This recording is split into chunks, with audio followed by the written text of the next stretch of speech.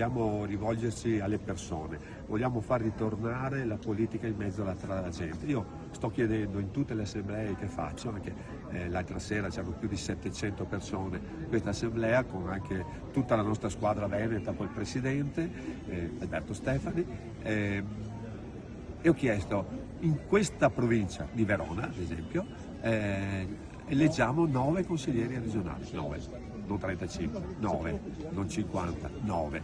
Bene, voglio sapere, ditemi i nomi dei vostri 9 consiglieri regionali della vostra provincia. Io fino ad oggi non ho trovato nessuno, se non quello che è andato a vedere in internet e quindi guardava il telefonino, nessuno che mi sapeva dire i 9 nomi. Al massimo i più bravi, gli ho dato la medaglia, sono arrivati a 5-6. Il che significa che la politica non è più in mezzo tra la gente. Lasciamo stare i parlamentari che siamo dei fantasmi, ma nemmeno chi viene eletto con le preferenze che è il consigliere regionale, che è quello teoricamente più vicino ai propri cittadini rispetto a quello che è la programmazione. Quindi noi l'aspetto più importante, più difficile che vorremmo fare è quello di ritornare con la politica in mezzo tra la gente. Io sono convinto che i media siano fondamentali, che i social altrettanto possono dare una mano, ma io credo che la politica deve ritornare a fare il confronto con la gente, a tirarci la giacca e capire chi siamo e dare le risposte necessarie ai cittadini. Non sempre riusciamo a farlo, però attenzione e ascolto